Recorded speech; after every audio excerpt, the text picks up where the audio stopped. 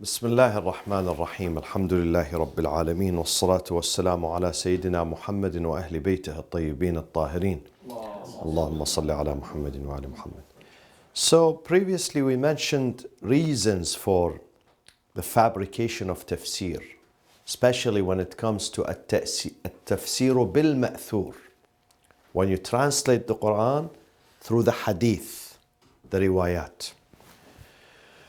One reason for the fabrications is that what the agnostics, the Zanadiqa, they wanted to create, a hustle. They wanted to create a mess within the Muslim Ummah.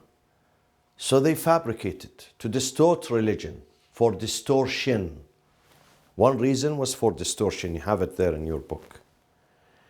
The second reason was to support their case and their cult and their madhab and their school of thought. So they would fabricate hadith to support their case and to put others down. And we gave an example of what the Shafi'i say about the Hanafi say about Maliki says. So it was propaganda machine, propaganda war between the madahib. The other one, some people they had good intention, but they were naive.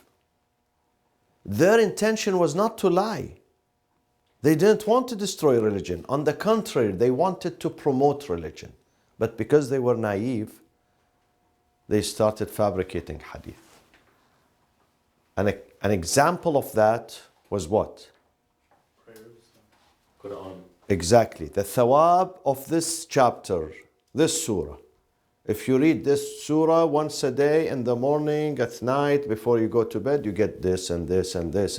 And they continue, plenty of thawab. Even now, if you go to some books of tafsir, the thawab of reading Surah Al-Waqi'ah, you get Hur al-Ain, 500 of them. How many palaces in paradise? Millions daraja up. Million, sins are forgiven. 1 million hasana is added to. And this for reading one chapter. And when they were asked, why do you do this? He says, ما كذبت على رسول الله بل كذبت له. I did not lie against the Prophet. I lied for him to promote him. So this is a good lie. Because we saw people abandoning the book. Nobody cares about reading the Quran. They put the book on the roof. Roof? No. Shelf. They put it on the shelf. And therefore, nobody is caring. Nobody is respecting the Quran. So we invented these hadith for tashweeq, for encouragement, to encourage people to read the Quran. So when they know that this chapter has so much thawab, so much point, so much, rewards, then he would not go to bed before he reads this, even if he's sleepy. It actually might have more thawab. Huh? Maybe it might actually have more thawab than they even saying, yani. Yeah? Yeah, you don't know. It could have even more, we don't know, but the hadith is fabricated. Yeah. And this is illegal. Imam Ali alayhi salam, he says, we cannot support truth with falsehood. Truth and justice cannot be supported with falsehood and lie and fabrications. It can't. Truth has to be supported by truth. Don't be more Catholic than God, okay? Than Pope. God knows how to promote his. You don't have to lie. You just tell them the truth. If they accept, ahlan wa sahlan. They reject, so it's to their own loss. Okay? So that was the third. What is the fourth? And then, my friends, there is a book. That book's name is Al-Mawdu'at. موضوعات is the fabrications. The author is Ibn al-Jawzi. Ibn al-Jawzi, the son of walnutty, because Jawz is walnut. Ibn al-Jawzi. This man made a very extensive research on the fabrications and the fabricators, and he mentions their names. For instance, this is a funny story that Ibn al-Jawzi mentions, that why some naive people, they are good. They are not, they don't have evil intention. They have good intention, but they are naive. They invented hadiths. He says, a man heard a sheikh in a mosque speaking about the virtues of the chapters of the Quran. If you read this chapter, it has this and this much and that much. If you read the other, so he says, I went to him. And the one who invented these virtues is Ubay ibn Ka'b. His name is Ubay ibn Ka'b. He was a convert to Islam. He was not pagan. He was following previous religions. So he went to that sheikh and he said to him, Man haddathak? Who is the chain of narrator? You speak on the authority of whom? Who's your teacher, your mentor? He said, قال حدثني رجل بالمدائن. And he's still alive. Madain is close to Baghdad. So he said, I traveled to Madain to see that sheikh. I went to that sheikh. I said to him, Man haddathak? He said, حدثني شيخ بواسط. Wasat is in southern Iraq. So he said, I traveled to Wasat to see that sheikh. I met him. I said, Man haddathak? He said, حدثني شيخ بالبصرة. My mentor, my sheikh, my chain of narrators in Basra. He said to Basra, he said, I went to Basra, فصرت إليه. صرت إليه means I reached him. I asked him, he said, حدثني شيخ بعبادان, Iran, on the other side of the river. Abadan. فصرت إليه, to that one in Abadan. I said to him, who is the source of this hadith? He took my hand, فأدخلني بيتا, took me into a house, فإذا فيه قوم من المتصوفة, a group of Sufis gathered in that house. ومعهم شيخ, they had a sheikh, شيخ الطريقة. The Sufis, they have sheikh. فقال هذا الشيخ, this is the. So I came to the sheikh. I said to him, Sheikh, من حدثك? Who gave you these all virtues? فقال لم يحدثني أحد. Nobody. Who said that? This is from me. ولكن, and he mentioned the reason why he invented them. ولكن رأينا الناس قد رغبوا عن القرآن. They turned their back to the Quran. Quran is being abandoned. فوضعنا لهم هذا الحديث ليصرفوا وجوههم إلى القرآن. So we invented this hadith, so they come back to the Quran. They take care of the Quran. So this is the story, my friends. The story is that the distortion of hadith was so easy. The invention of hadith was so easy until today. Today, there is an imam in the Grand Mosque of Mecca, Masjid al-Haram. His last name is Al-Kalbani. He made very harsh statements against the Shia. Very, very, very harsh statements during the past 20 years. Today, he had an interview on MBC. MBC, not the English one. There is an Arabic. MBC, not N. M, Mary, M for Mary. MBC, which is owned by Saudi Arabia. So he had a television interview today. He said, in the past, I accused Shia of heresy and apostasy. But now I take it back. I believe Shias are Muslims. Wow. Today, he issued a statement. On national TV? On national TV. On national TV. Wow. This is a huge statement. I retract what I said in the because I read a book. This is what he said. After 70 years, he just found a book that the Shias are Muslims, regular Muslims. Today, Did he disclose what book he wrote?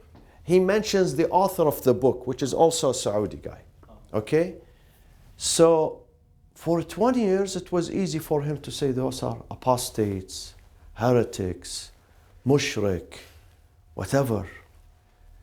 So, those are human beings. Sahaba are human beings. Tabi'een are human beings.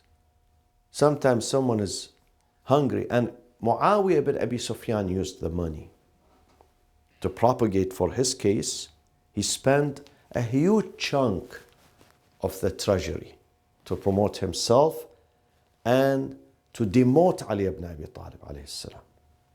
This is why he hired well-known Sahaba. Abu Hurairah, unfortunately. Abu Hurairah, his problem was his hunger, his stomach. Whoever pays him more, immediately. He was so genius, he could fabricate the hadith easily. Amr ibn al-As, others. Because of when there is no fear of God, when dunya is closer to them than akhirah, is more valuable to them than the akhirah, this is what happens. So they fabricate it. Fabrication is, it's a subject that... And then, subhanallah, some of them, he says, لم نرى الصالحين في شيء أكذب منهم في الحديث. He says صالحين, the virtuous, the righteous. صالحين, not فاسدين.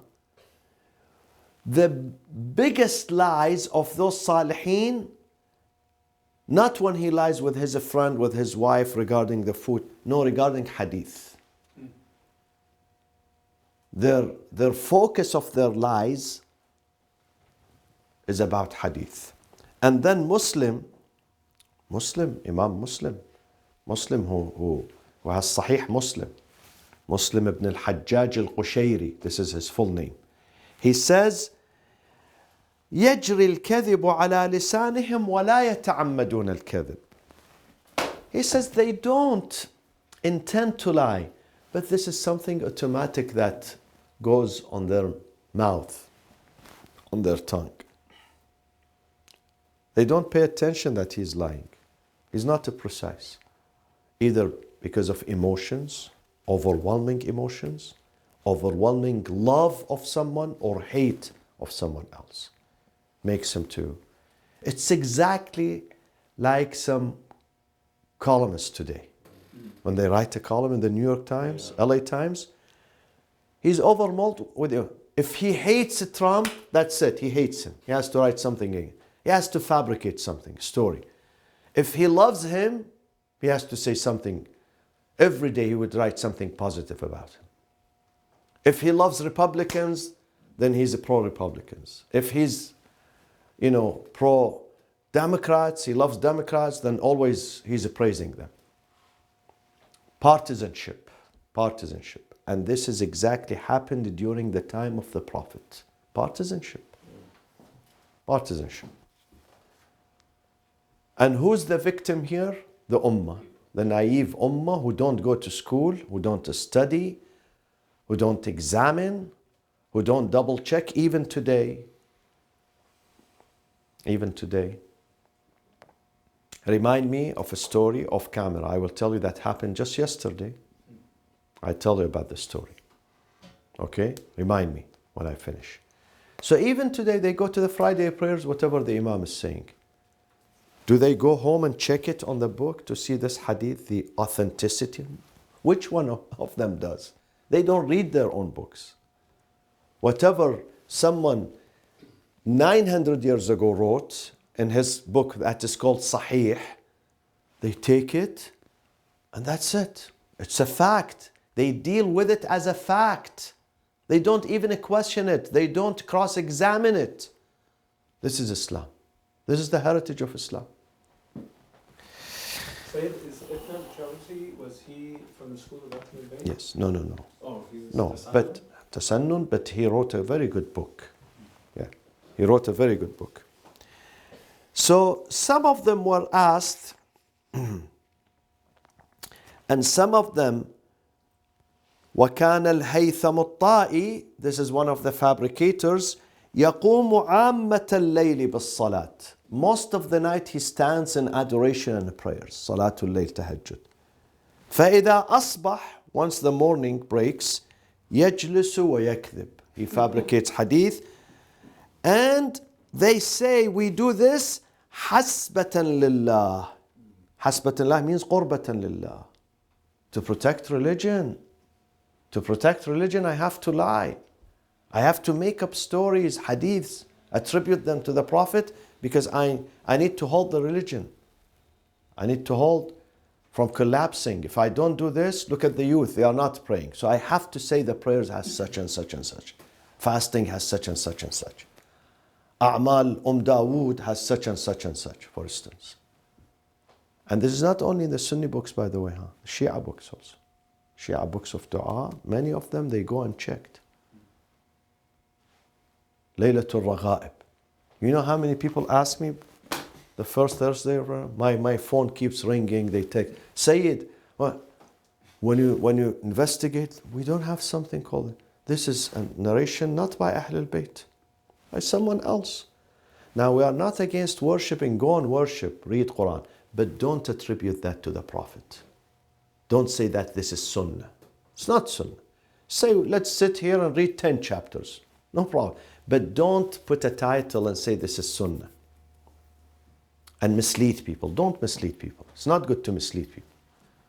Laylatul Raghaib is not, it's not in the Shia tradition. It's in other traditions, but not the Shia tradition. Okay. And then, what was the other reason? We mentioned the 3 reasons. What were the 3 reasons? Tell me. Reason number 1, zanadiqa, distortion.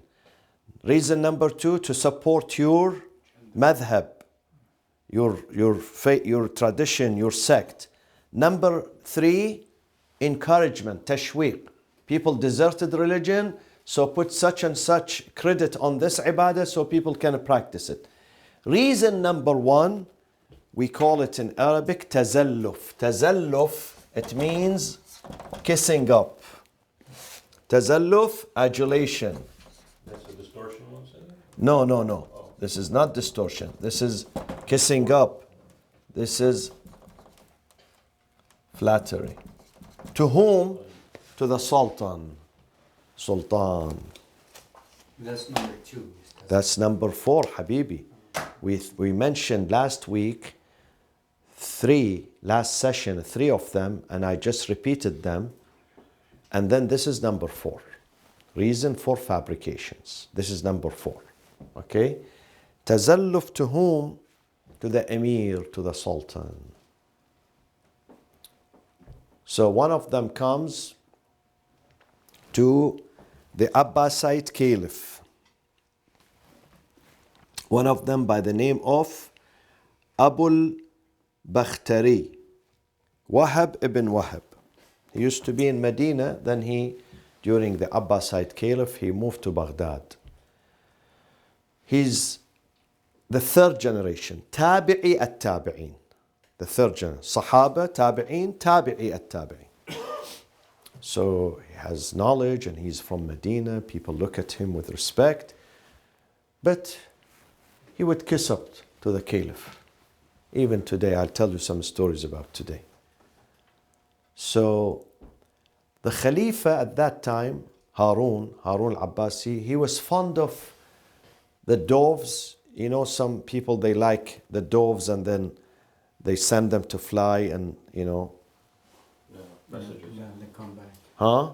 Not send messages, no. They come back for celebration, for fun. Yeah. Type of a sport. Yeah. Pigeons, the other one. Pigeons. Yeah, pigeons yeah. So, and he knows the Khalifa likes this, so he wants to kiss up for the Khalifa in his session to get closer to him. You know, he does praise. Who is this saying? Abul Bakhtari. Oh, Abba. So he recites a hadith and he attributes the hadith to the Prophet. that the Prophet said there is no race, no sport except في خف أو حافر. The only type of sport you can have which is illegal in Islam is the horse race or the camel race. The rest of it is waste of time. So he adds one more sentence to this hadith and says jinah. Jinah is wing. So it means those pigeons, they are okay. He fabricates the hadith. Okay, he adds one more item. The Prophet never said this. And then he gets a gift from the caliph. When he leaves the session, some scholars were sitting there. They said, we've been reading this hadith for so many long time. It had 2 items. How come now one item is added to it? So the caliph smiles. He says, yeah, me too. I know this is a lie. This is a lie. But he said it and I wanted to gift him, you know. This is kissing up to the caliph. And we still have in every regime in every country. They know he's a tyrant. MBC is a tyrant. MBS? MBS. But look at the ulama of Mecca and Medina and the scholars and the journalists and the columnists who praise him. The Khatib of Mecca was standing Masjid al-Haram. Abdurrahman al-Sudais. His name is Abdurrahman al-Sudais. The one who does Taraweeh every night of Ramadan. He's the one who does the Taraweeh every single night. Because he's the supreme. He's Ayatollah al-Uzma. He gave a speech when this guy came to power 2-3 years ago. He said, this is God's gift to Islam, to the whole world. Yeah. He has a divine vision. His vision is from God. Someone who's a playboy, okay? He never did a rak'ah of his prayers in his life, only in public. Very corrupt. And imagine the highest level of ulama. Do you know why the young generation are deserting religion? When they look at Abdurrahman al-Sudais, who cries in Salat al-Taraweeh, Laylat al-Qadr, tears are coming, La ilahi, Ya Allah, do this, Ya Allah, do that.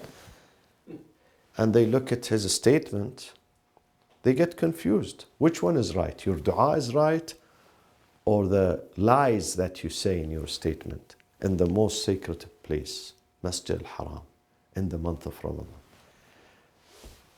These are the diseases we have in Islam.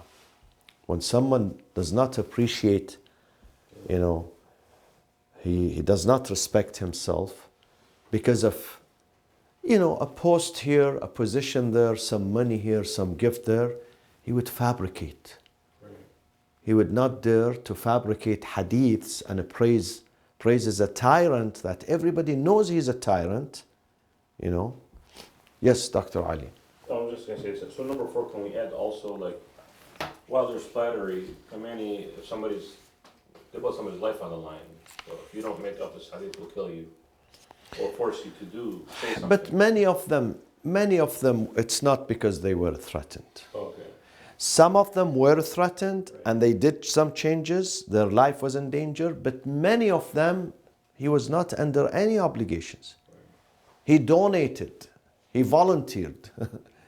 He went forward because we have in our society, ask me and in our society we have some people who are sick. They just want to get close.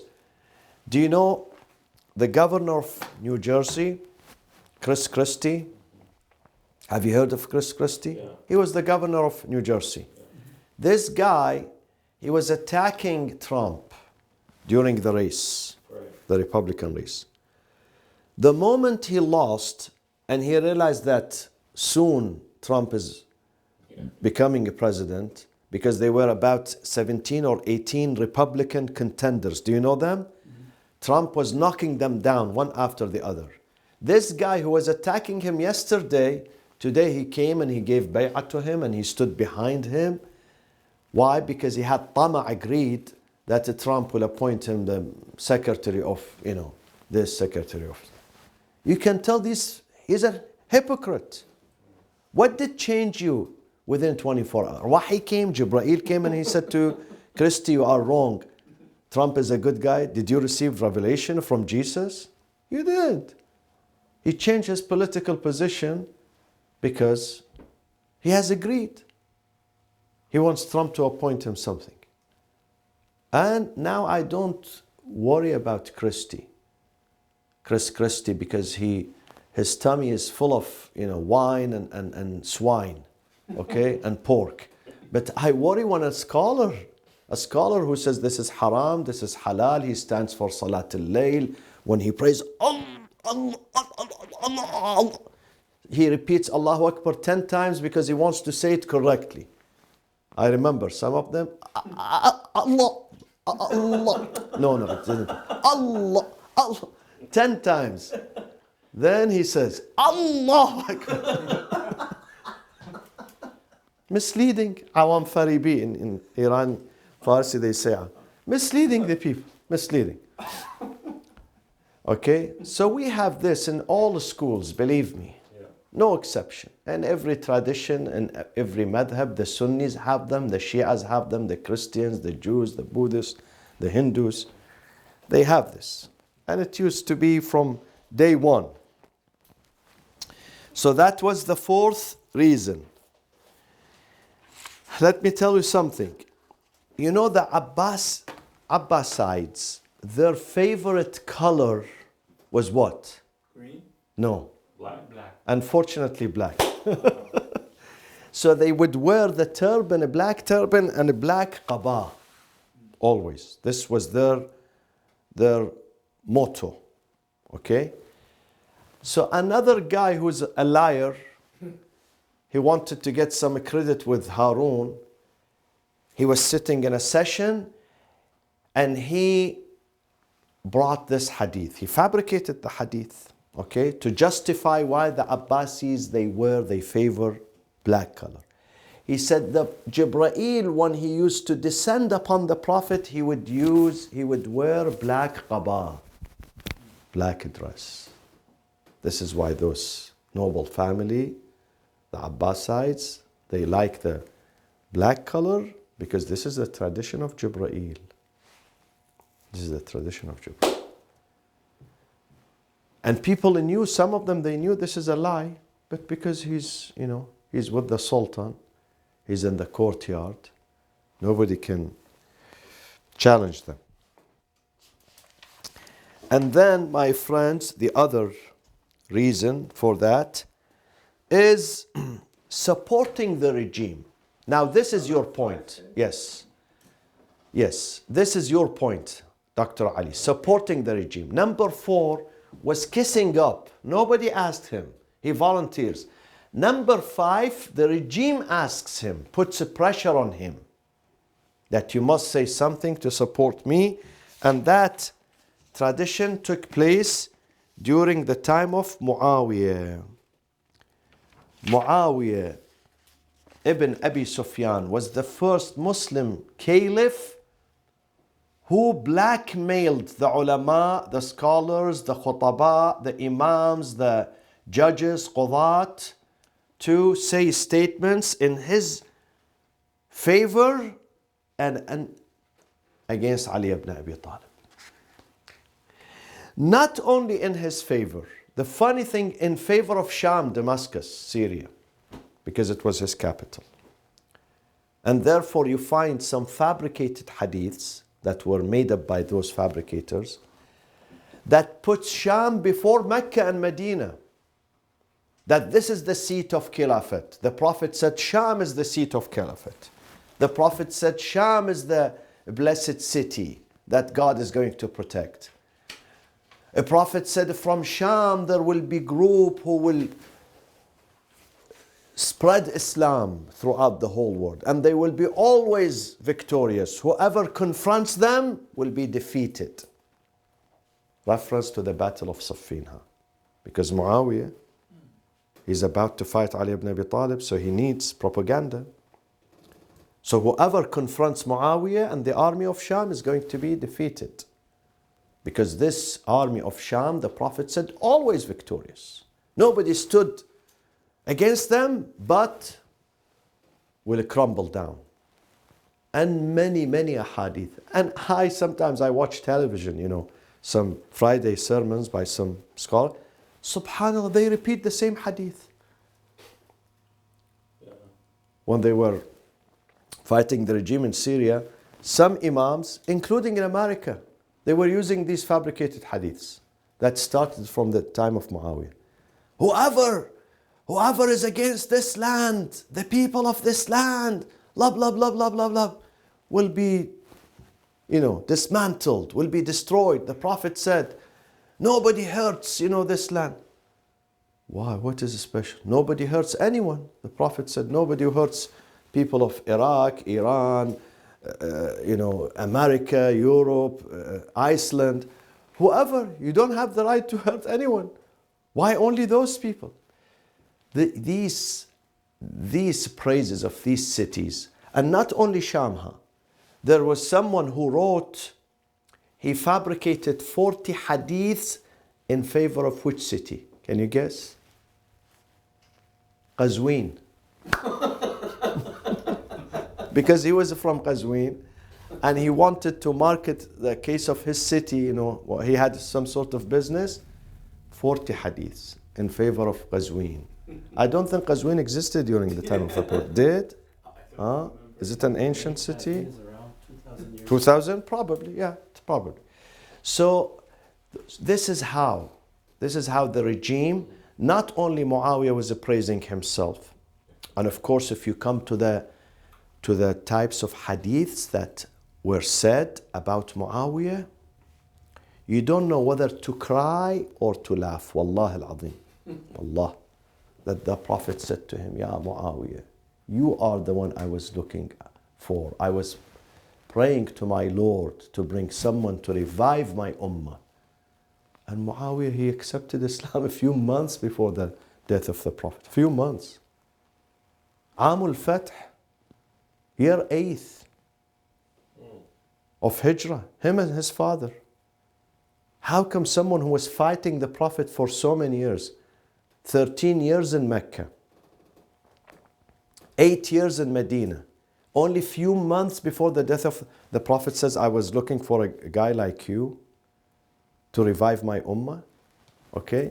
Allahumma bassirhu al-wahya. Oh my God, enlighten his heart with wahi. Muawiyah was obsessed with only one thing, believe me. He never believed in wahi, he never believed in Quran, he didn't have time.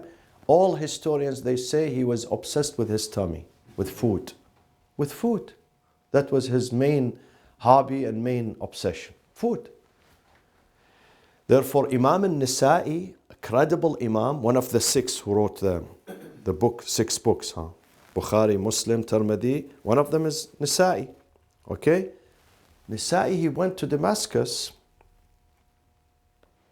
He was in Mecca. He went to a visit to Damascus. The people of Syria, they were so brainwashed that they asked him, tell us some hadith about Muawiyah, the virtue of our leader, Caliph Muawiyah. He said, لا أعرف حديثا له. Imagine a man who is expert in hadith, transmitter, muhaddith, huge muhaddith, heavyweight muhaddith. People come gather around him. Tell us about what did the Prophet say about our leader? He said, I really don't know. They said, you don't know? They insisted on him. How come you don't know? You don't know what the Prophet said? He said, no. I remember. Yeah, I just remembered hadith. The Prophet said, La ashba'allahu batna. May his tummy never get full. And this is a fact. Because the Prophet called him 3 times. He was late. They come and they say he's busy eating. He's busy eating. The 3rd time the Prophet said, La ashba'allah. May his... So they started kicking him, Nisa'i, beating him up. Imagine, this is Imam, and Nisa'i is an Imam of Hadith. Even today his book is Sunanun Nisa'i. And he was beaten up, and by the time he went back to Mecca, he died because of his injuries. He died. This is how they treat an Imam. Just because he said, Wallah, I don't know any hadith about your leader. This is how they were brainwashed. So now, today, when I see some people who praise Saddam Hussein, the way they praise him, if I am not an Iraqi, I would think he's a prophet. Believe me, he's God sent a prophet. The way they praise Kim Jong-un, what is his name? This crazy guy? Huh? North Korea. Have you seen how people cry when he speaks? Women, have you seen them? See these clips. The way they cry when he stands and they want to take selfies with him, they cry, they can't control themselves. I don't know whether this is a show-up or genuine. Wallah, I don't know. I get confused. Because the amount of the tears, it can't be show-up. Okay. The way people praise Salman ibn Abdul Aziz, Muhammad ibn Salman, this, that, you know. This is life. And we Muslims are not an exception. We are not an exception. وصلى الله وسلم على سيدنا محمد وأهل بيته الطيبين الطاهرين